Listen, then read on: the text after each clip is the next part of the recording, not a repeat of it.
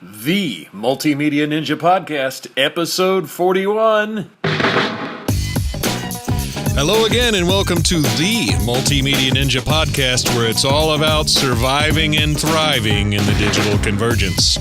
My name is Bradford Rogers, and I'll be interviewing some multimedia ninjas who are making things happen in their respective fields and sharing tips, tools, and insights for multimedia artists and content creators. As always, you can find show notes at themultimedianinja.com. This week, art director and designer, the Carnese Jackson. As you may know, in this podcast series, my friends and I will be talking about all things multimedia, including creativity, shaping your ideas, and how to be more productive doing it, regardless of what kind of content you're creating. We have got an exciting episode for you today, so what do you say we just let's get to it?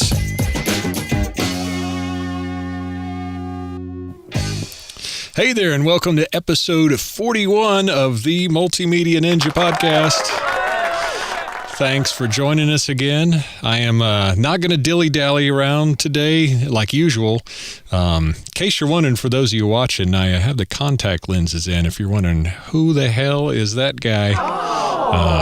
Our guest today, on the other hand, is unconventionally wearing glasses that I don't see very often, so do not be confused.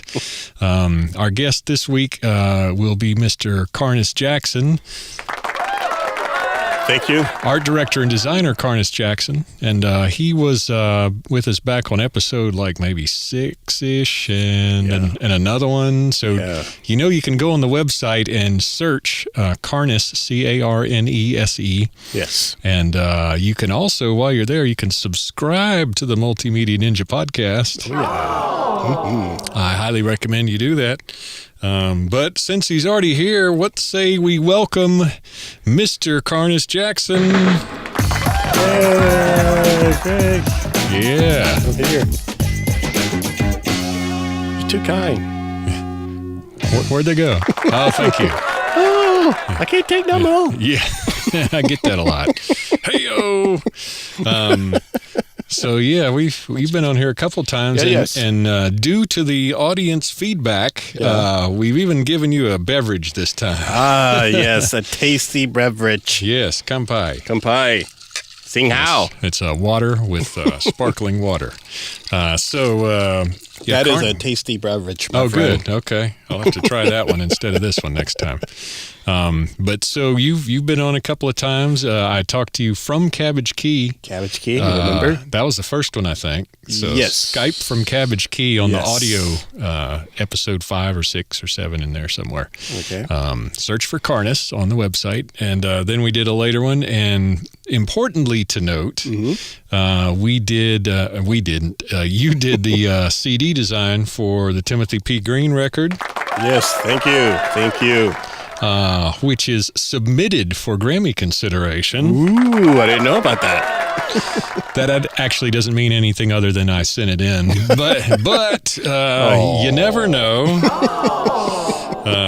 You never know. And it's a damn good CD with a damn fine-looking CD design, if I do say so myself. Thank you. So, excellent job, sir. And so you are, in general in life, an art director and designer, but by day, the people that pay the big bucks at Fox Sports South? Well, no, we've changed. Uh-oh, okay. You almost had it. At Fox Sports South. Oh, that's what it was before, right? Before they added a letter and then they took one away. Well, we used to be Fox Sports South and Fox Sports South. See, I was trying to be down with that one, and you've taken a letter back. But we're Fox Sports South and Fox Sports Southeast now. That's easier to say. Sure. Stop the confusion. Right, yeah. So that's FSSE or? Yes. Okay. FSSE and FSSO. Glad I got that straight. I know. So clear as mud. Yeah, so your job there is? I am a senior designer in the marketing department. Awesome. Okay. Yes. And your job includes, in case anybody missed it on the previous? Well, we design everything, all marketing collateral, We do all design for on-air promotions. So all the promos you see promoting the games, all the graphics, we create those things. And we do the bus for the Fan Express. Nice. Which was my claim to fame. Easy for you to say. Exactly. Claim to fame. And that would be the Braves? Braves, Hawks, Hornets, and Grizzlies. Okay. Yes. Gotcha. I have no idea what city the Grizzlies are in. They are in Memphis. Oh, okay, sure. That explains it. You don't know about Marcus Hall and No. Kid Gilchrist and all those guys? Is he a football player? No, he's the highest paid basketball player now. Oh, wow. Even higher than LeBron. Something's wrong with Is that. it? No, that's Connolly. I'm sorry. Mike Connolly. Yeah. Gotcha. Same team, though. Well, speaking of sports, you have the What's Up Falcons podcast. Yeah! Woo! Which you can find at whatsupfalcons.com. Yes, and you are actually using Ableton now, or yes, so they're doing. Thanks to you. Yeah, they're doing the the blame is mine when anything goes wrong. But so it is an awesome podcast with nice. It's very peppy with the music beds you're doing and the sound effects, and we're in season 3 now. Awesome. And I notice you also tend to give people a hard time with the sound effects. If not, Q is giving people a hard time just verbally. But we try to have fun, man. That's all it is. We don't want to be taken too seriously. We want to keep it lighthearted. So. I think I've heard like crickets before and maybe birds chirping. You've heard some of everything, man. Yeah. So you need some stuff like, rumbling stomach sound effects and like... Well, we have burping. Intestinal noises. Yeah, there you go. What's that? Intestinal motility noises. Yes. I'm looking for that. So if you have any, send it to me. I'll have some tomorrow, probably. But yeah, I definitely recommend checking that podcast out. I would too. And you also have F You Pay Me. Yes. Yes. And these are both, I know they're both on SoundCloud. Right. And Falcons are now on, they're both on iTunes. Yes. Okay, so you can search for them. And F You Pay Me is the letter F, the letter U, Pay Me. Yeah, and that's about adventures in freelancing. Exactly. A topic near and dear to our heart here. Exactly. And not only adventures in freelance, also interviews with great freelance artists or anybody in the creative industry. Oh, right on. Cool. And so you also have a film project coming up, which we'll get to in a second. Okay. But I want to do a segment now, if I can find the little button that's called "What the Heck Are You Doing?" Well, there's supposed to be an effect there anyway. Maybe I just... Is that, well, maybe that thing will come in there. But it's called What the Heck Are You Doing? And so in that, I'm asking, like, which hardware, software, tip, philosophy, or whatever is rocking for you this week or this month. And for you, it could be, like a what medium or style you're jonesing on, or... Well, I would say more so I've been focusing, not particularly this month, but just in the last few months. I want to keep up with the latest styles or just try something different so I can keep it fresh. Right. And I've been really looking and focusing a lot on like UI design for like films. For those taking notes, that'd be user interface. Yes. UI design for films. Yes. Okay. Like if you see a cool sci-fi movie, say Star Wars, and you have the scene where they're planning an attack or they're in their ship and you see the whole dashboard. Those graphics, man, those are becoming more and more advanced in all these new movies that are coming out. So when they got like a close-up of the crazy computer interface or navigation station in the starship or whatever, they do a close-up, and you might design that with visual effects instead of them having the actual thing in the set. Almost 99.9% of every movie that you see with those are designed by a designer. Yep. And are you doing more of that in 2D or 3D or? You can do it in both. I mean, you're trying to make it look like a 3D object. Yeah. But, program-wise. Oh, program-wise? Yeah, I'm doing it in I'm using both. I'm using After Effects and Cinema. Oh, Cinema 4D. Yeah. Yeah. And then in After Effects, are you using the 3D plugin or the just designing it and shading it and doing that however yourself in whatever manner? Well, in After Effects, it's mostly I'm doing the animation part of it in there. And if I do some 3D in it, I'll use Video Copilot's Element 3D. Right, that's what I was trying to come up with. Which is a side note. The movie, the latest Star Wars movie, Phantom Menace. Gotcha. The guy who created that plugin did a visual effects UI scene in Phantom Menace using Element 3D. So nice. I thought that was pretty good. I'm gonna have to check that out more then. Oh yes. I dabbled in it. I haven't really taken a lot of time in it because Mr. Andrew Kramer. Yeah, there's an awesome dude. Yes. We thank him greatly for his expertise. Oh yeah. Wasn't for him, I wouldn't be here. All right. And are you doing some 2D look stuff too, like yes. hipster style or? Well, yes. I've been working on a couple projects, and I've been, like I said, trying to keep my style changing and evolving with the times. And I know we've all seen these commercials now, the car commercials, any little commercials, and it has that little quirky animated style. It's called a hipster style, right? Or hipster animation. And so I've been trying to focus on that. And After Effects is pretty good at making those animations. It kind of reminds me of the days of Flash. Yeah. And but it's taken up to a next level with more dynamic animation. And so I've been using what did I say? Layers? Shape layers? Shape layers. Yeah. That's what it is. Shape layers to animate. I could feel that's where you're going. Exactly. With that. Yeah. It helps that process, and it helps the animation look more fluid. Right. Okay. Interesting. And do you use what's the easing and stuff? Yes. To see I use it, but I'm still got a long way to go to make it behave. Yeah. In the organic manner that I want. Yeah. It's once you learn how to do that, you'll see the difference. It's like night and day. Do you use, and I'm getting a little deep if anybody doesn't know what we're talking about, but just people that do you, you can click on there and just hit easy ease out or easy ease in. Do you start there and then hit the graph and tweak it a little? Okay. Yes. Mm-hmm. That's where all the magic is. Yeah.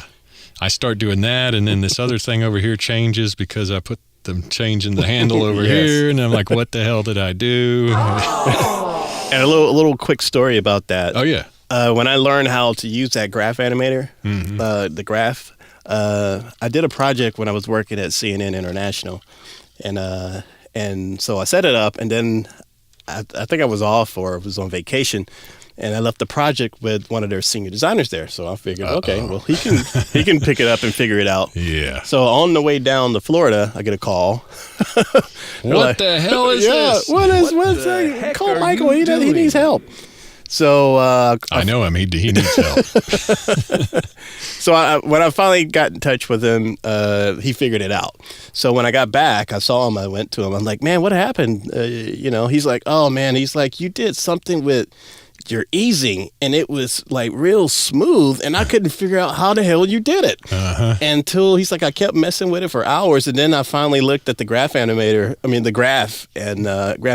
and I was like, oh, that's what he did. So, yeah. Nice. You can tell, you can tell the difference with your animation with that. Yeah, I'm working on that. Okay. There's still a lot of linear going on. But, but I'm starting to at least start with the ease in or ease out, and then if I feel frisky, I'll go and open the graph. And that's where you control your velocity. So. Yep. Nice. Well, that leads me to actually, I was going to get to it at some point, but it might as well be now. Okay. You've got a film project you've been working on that's coming out, and it's kind of related to the intro of Multimedia Ninja in one respect. Okay. The video intro, which is the cartoon thing. Yes. Or graphic novel, sort of. Right. So explain what this film is about and what you're doing in it. All right. It's a film short, actually, by a director by the name of Brent Day. And he had an idea where here locally there's this guy who's I guess he's an artist, and he makes these superhero outfits out of cardboard box. So they look like little square, people but you can put it on, but they're all colored like a different superhero, like Spider-Man, Batman, whatever. Mm-hmm. So they always do the local parades and stuff around here. And Brent saw that, and what he thought, man, that would make a great movie. So I guess cut a few months later, he actually wrote a script and shot it. Wow. So, and it looked pretty good, pretty cool. And so, of course, he was going to have to use a lot of green screen work. Uh-huh. Because it's about a boy who's getting bullied by these guys, and then all of a sudden they kind of turn into these the villains, super villains, right? And then the superheroes come and they fight and they have this big adventure. So on this bridge, so he shot all that with people in green suits, right? Okay, and all kind of outfits and puppeteers. And so once he had it all shot, he needed a team of visual effects artists to work on it. Nice. So I volunteered my services. All right. Awesome. Thank you. And it's coming. It's already done. It's about 90% done. And where can good people see it or go to hear about when it's going to be viewable? Well, I know it's going to be viewable in the Dragon Con Festival here in Atlanta in September. And I think he's going to view it in other festivals as well. But he may also eventually release it like on Vimeo or somewhere online. So I'll keep you posted. Yeah. But there is a Facebook page, and I'll send you a link to that so you can check it out. And I know that our trusty Sis will put that in the show notes. Oh, yes. He's good like that. Okay. As soon as we learn how to do the show note editing. Yes. But awesome. So what all did you do in terms of VFX in that? Well, I did a whole bunch of compositing. Uh-huh. Yeah, I had to composite whole fight scenes. And so I did mostly that. And it wasn't a really easy task because, I'm working full time and this stuff is shot in 4K. Yeah. Uh-huh. So, if you work with 4K, those files are big. Did you use proxies or? No. Uh-huh. So your computer's better than mine, probably. Not really. That was the challenge. We're like, how are we going to do this? Because he only had a limited amount of space in the studio to work, and with my schedule, there's no way I could spend time there. So I said I have to work on it at home, my own machine. Right. So at the end of the day, we had to transcode it down a little bit instead of working with the actual raw 4K for the visual effects part of it. So you transcoded it to? Well, he did. Oh, was it ProRes or? Yeah, ProRes 44. ProRes 44. 422? No, 444. 44 HD. Ah, yeah. Okay. No, just because I'm deaf, that was 444 HD or 442? Just 2 4s. Oh, 44 HD. I have not heard of that. It's a newer Kodak. What size is that between the 444 and the 422? I think it's the same size, but it's just higher quality than the 422. Than the 422 and the 444. Gotcha. Well, I know the 444 to me is like huge. Yeah. Because you got alpha, you got transparency potentially. Right. This doesn't support transparency, so. Ah, good, because we don't like that. Well, you better learn to love it if you're going to do a lot of visual effects stuff. I kid you. Oh, okay. Oh! But now, do you have an intermediate codec that you like to use best in After Effects or Premiere, like, for working during the project, especially if there is transparency, other than like 444 or something? Well, when I'm using, not a film project, just a regular. Well, anything that, maybe regular television stuff. Yeah. Mm-hmm. With television stuff, we'll stick with animation, and because we want to keep that, high quality for HD. So you'll go in and hit QuickTime, and then animation is the. Yes. I really haven't tried that too much. That's the best outside of lossless, especially if you're doing graphics and stuff. You go animation. The files are going to be huge, but the outcome will look great. Especially if you're going to somewhere that's going to even compress it down even more. So at least it'll look better. So that's a tip I didn't even. I thought it was less quality than. Oh no, animation's the best. It's the recommended one. Okay. Yeah. Is that something you would do ever a final print for like? your master print in that Yeah. codec? You would. Yeah. Okay. Yeah. If it's graphics and heavy, Huh. But if you're doing like just regular video footage Yeah. of someone, no, you don't have to use that.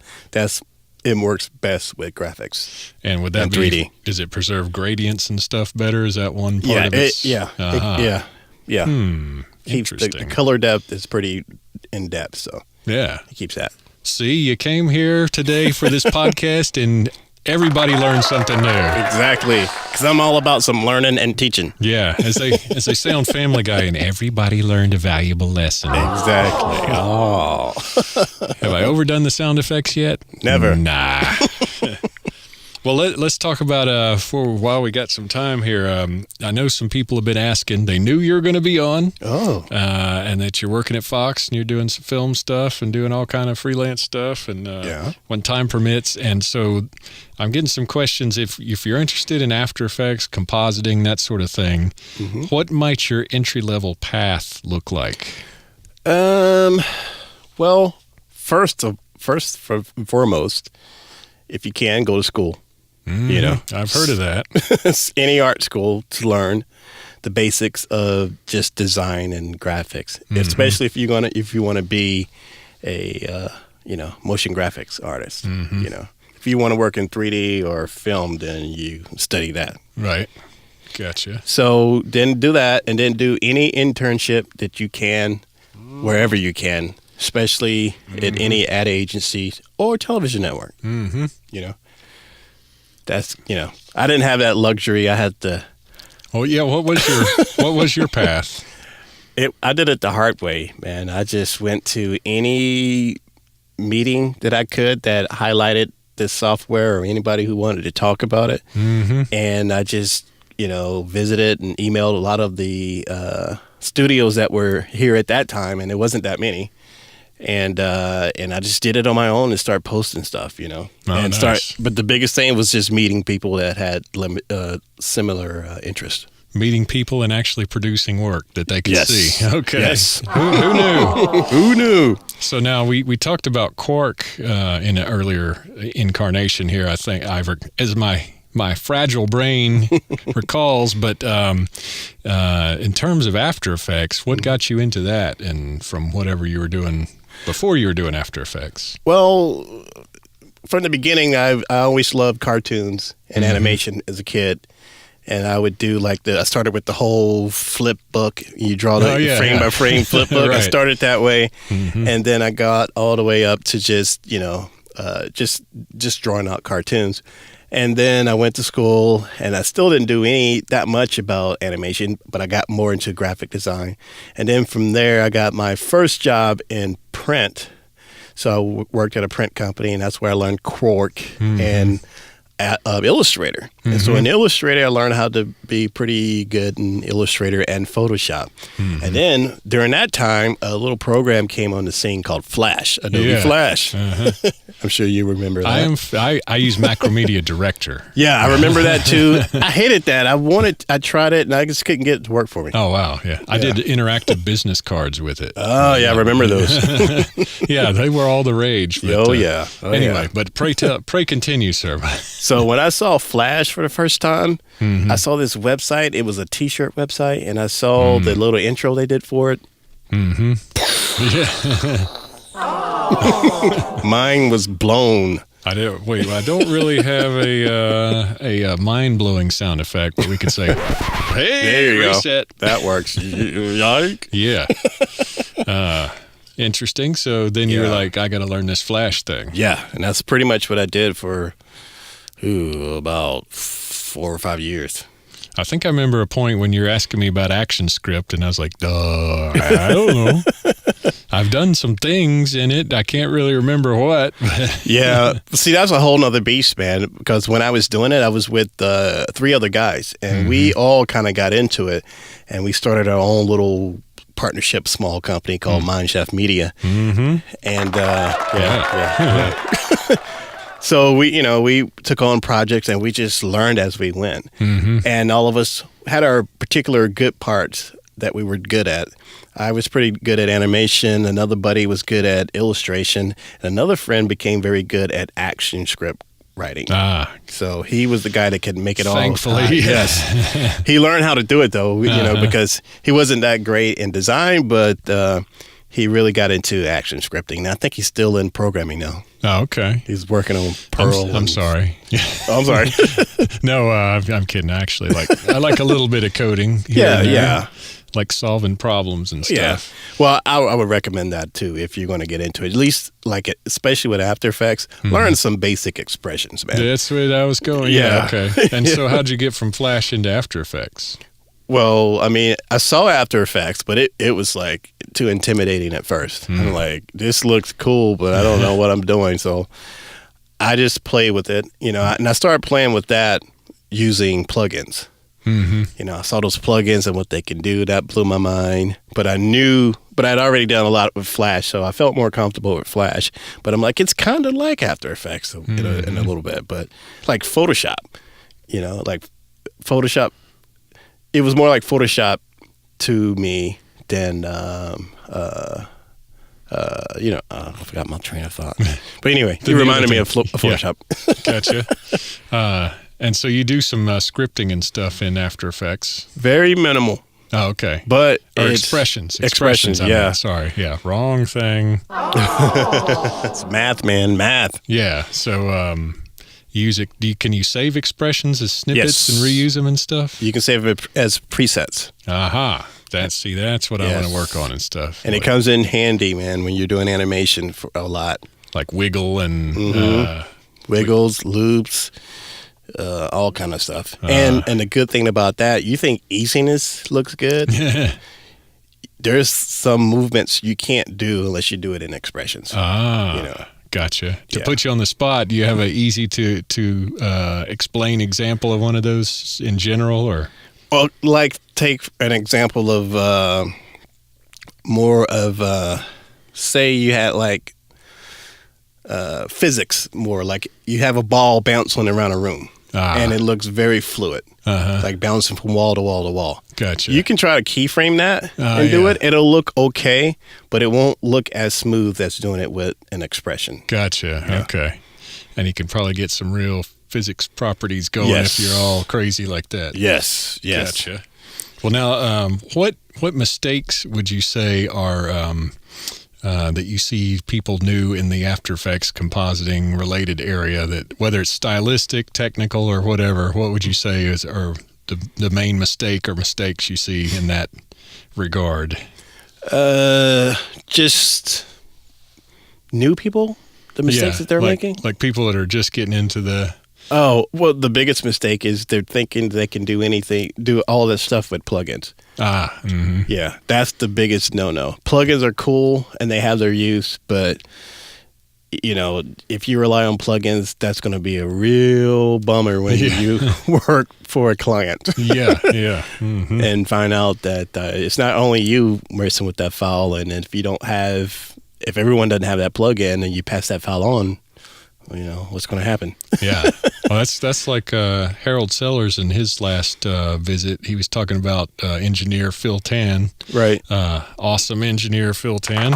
Yes. Phil. And he said he was blown away when he was asking Phil about plugins and stuff. And he said Phil was like, I don't know, I just kind of use what's in the box here. Yeah, exactly. Meaning you can actually use what is given with the program. Yes.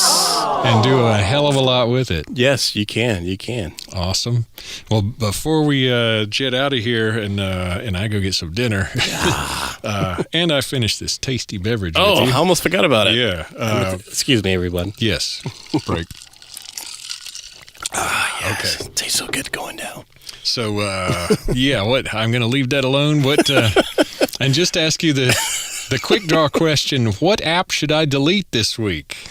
What app should you delete this week? We may make a segment out of this, I think. I've got to look at my phone when I tell you this. Because everybody's got an app. Yes. I got all kind of apps on the phone that I haven't touched in a long time, and I thought they'd be really cool. Well, I have one called ISS Spotter, which is, it will spot all the satellites in our atmosphere. Okay. Orbiting our planet. And when's the last time you used that? When I just looked at it just now. Okay. But before that, probably since I downloaded it, I probably downloaded it and then hadn't looked at it since. And that's been like probably since January. Yep, sounds familiar. I had a folder on my iPhone called Rarely Used, and then I realized, why do I have that? Yeah. And that same reason has put me against not developing my own app.